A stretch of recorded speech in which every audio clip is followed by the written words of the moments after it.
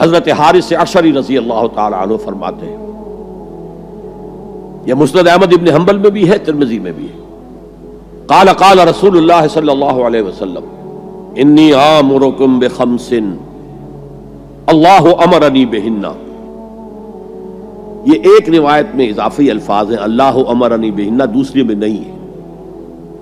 انی آمرکم بخمس کے بعد شروع ہو جاتی ہے بالجماعت والسمع والطاعت والہجرت والجہاد فی سبیل اللہ۔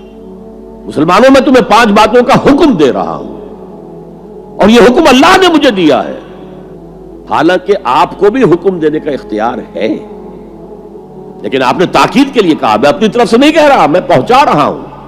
انی آمرکم بخمس اللہ امرنی بہن بالجماعت والسمع والطاعت والہجرت والجہاد فی سبیل اللہ۔ ذرا دیانتداری کے ساتھ ہاتھ اٹھائیں ان مجمع میں سے وہ لوگ جنہوں نے پہلے کبھی یہ حدیث سنی ہے۔ ایک تو ادھر میں نے ہاتھ دیکھا ہے، اس کا چرچا ہی نہیں ہمارے ہاں۔ کیوں؟ یہ اس لیول سے متعلق ہے جس لیول پہ ہم سوچتے ہی نہیں۔ اقامت دین کی جدوجہد، نظام کو بدلنے کی جدوجہد، یہ ہمارے ذہن سے خارج، ہمارے تصور دین سے خارج۔ دیکھیے وہ جو ہے بنی الاسلام علی خمس، اس میں امر نہیں ہے، یہ خبر ہے صرف۔ اسلام کی بنیاد 5 چیزوں پر قائم ہے، شہادت اللہ الہ الا اللہ وان محمد رسول اللہ، واقام الصلاۃ وایتاء الزکوٰۃ وصوم رمضان وحج البیت من استطاع الیہ سبیلا۔ یہ حدیث کس کو نہیں معلوم؟ متن یاد نہ ہو یہ بات دوسری ہے، کس کو نہیں معلوم 5 ارکان اسلام حضور نے بتائے ہیں؟ حالانکہ وہاں یہ ہے میں تمہیں حکم دے رہا ہوں، اور چرچا ہی نہیں ہے ہمارے یہاں۔ جس گاؤں جانا نہیں اس کا راستہ کیا پوچھنا، جو کام ہم نے کرنا ہی نہیں، اس کے جو لوازم ہیں ان کے تذکرے کی کیا ضرورت ہے؟ یہ ہے ہمارا اس وقت کا عام مسلمانوں کا تصور۔ زیادہ سے زیادہ یہ کہ دین کو پھیلاؤ، پہنچاؤ، کتابوں سے، رسالوں سے، ویڈیو سے، آڈیو سے، مواعظ سے، درس قرآن سے، ترجمہ قرآن سے، یا تو یہ کہ اپنی ذاتی نیکی کا تصور ہے، اور یا پھر اس سے اوپر صرف یہ دعوت و تبلیغ۔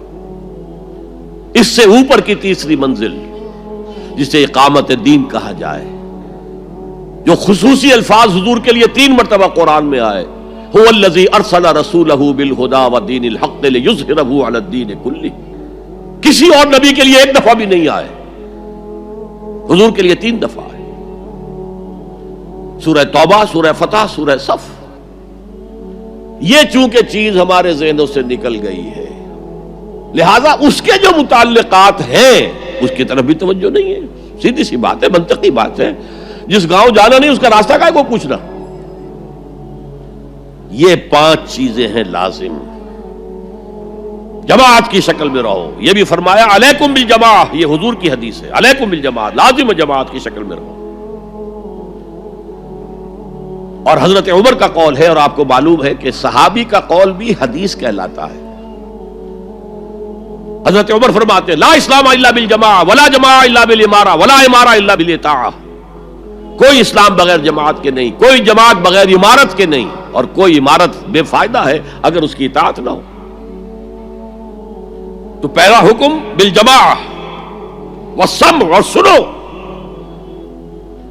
سننے کے لیے وابستہ رہنا ہوگا، وابستہ رہ شجر سے امید بہار رکھ۔ اب یہ نہیں ہو سکتا تھا کہ حضور پر کوئی بات آئی ہے تو آپ خود ہر ایک کے گھر جا جا کے اس کو پہنچائیں۔ آپ وابستہ رہیں اس نظم جماعت کے ساتھ، جیسے کہ درخت کا پتا جو ہے اس تک بھی جڑ سے لے کر جو غذا آ رہی ہے درخت کے پتے تک پہنچ رہی ہے۔ تو پیوستہ رہ شجر سے امید بہار رکھ، اس پیوستگی کے ساتھ، تاکہ وہ سارے احکام آپ تک خود بخود پہنچے۔ والطاعہ، اور اطاعت۔ 3 چیزیں ہو گئی، بالجماعت والسمع والطاعت والہجرت والجہاد فی سبیل اللہ۔ اور میں اس کی حقیقت پہلے بھی بیان کر چکا ہوں۔ ہجرت، اس کی بنیاد کیا ہے؟ حضور سے پوچھا گیا ای الہجرت افضل یا رسول اللہ، اے اللہ کے رسول سب سے اعلیٰ اور سب سے افضل ہجرت کون سی ہے؟ فرمایا ان تہجر ما کرہ ربک، ہر اس چیز کو چھوڑ دو جو تمہارے رب کو پسند نہیں ہے۔ آج اپنے گریبان میں جھانکیے، جو چیز زندگی میں غلط ہے شریعت کی روح سے طے کیجئے کہ اب نہیں ہوگی، اب ختم کر دوں گا، ہجرت شروع ہو گئی آپ کی۔ ان تہجر ما کرہ ربک، ہر اس چیز کو ترک کر دو، چھوڑ دو جو تمہارے رب کو پسند نہیں۔ اور آخری ہجرت تو آئے گی وہ اقامت دین کے آخری مرحلے میں، جب اقدام ہوگا، جب نظام کو چیلنج کیا جائے گا، پھر جو ہجرت ہوگی وہ فرض ہجرت ہوتی ہے۔ مدینے کی ہجرت فرض تھی، ہجرت حبشہ فرض نہیں تھی۔ وہ تو جن لوگوں کی ہمت جواب دے رہی تھی اور جو پرسیکیوشن ہو رہی تھی اور جو تشدد ہو رہا تھا اس کو برداشت نہیں کر پا رہے تھے، انہیں اجازت دے دی گئی کہ ٹھیک ہے چلے جاؤ، حبشہ کی طرف ہجرت کر جاؤ۔ مدینے کی ہجرت فرض تھی۔ اگر کوئی ہجرت نہیں کر رہا، ما لکم من ولایتہم من شیء حتی یہاجروا، تو اے مسلمانوں تمہارا ان سے کوئی تعلق نہیں ہے جب تک کہ وہ ہجرت نہ کرے۔ بلکہ سورہ نساء میں اس کو بھی ایک طرح کا نفاق قرار دیا گیا۔ تو وہ ہجرت بڑی ہجرت ہے، گھر بار چھوڑ کر، اور مکے والے جو گئے تھے چھوڑ کر، وہ قریش کے بھیڑیوں کے رحم و کرم پر چھوڑ کر گئے تھے اپنے گھر والوں کو، اور ان کا سارا گھر کا سامان لوٹا گیا تھا، اور اس سارے سامان سے وہ کیپٹل فراہم کیا گیا تھا جس کو لے کر ابو سفیان کا قافلہ گیا تھا شام کی طرف، جس کا حضور نے پیچھا کیا تھا لیکن وہ نکل گیا تھا۔ جب وہ واپس آ رہا تھا تب حضور نے پھر اس کو کنفرنٹ کرنے کے لیے مدینے سے باہر نکل کر پروگرام بنایا، لیکن وہ اللہ کو کچھ اور منظور تھا، ادھر سے لشکر آ گیا اور جنگ ہو گئی، جنگ بدر ہو گئی۔ تو ہجرت کیا ہے؟ شروع سے ہجرت کیا ہے؟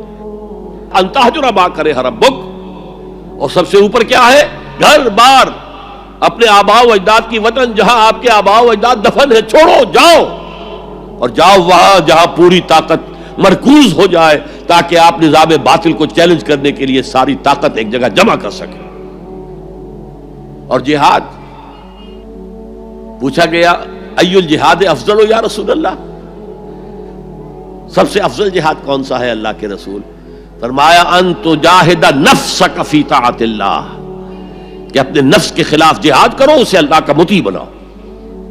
وہ سرکش ہے، وما ابرئ نفسی ان النفس لامارۃ بالسوء، یہ نفس جو ہے امارۃ بالسوء، برائی کا حکم دینے والا ہے، اس کے خلاف کشاکش کرو اور اس کو دباؤ، اسے اللہ کے سامنے جھکاؤ، یہ جہاد افضل ہے۔ اور بلند ترین جہاد قتال فی سبیل اللہ، ان اللہ یحب الذین یقاتلون فی سبیلہ صفا کانہم بنیان مرصوص۔ یہ ہے وہ حدیث جو ہمارے تصورات سے خارج ہو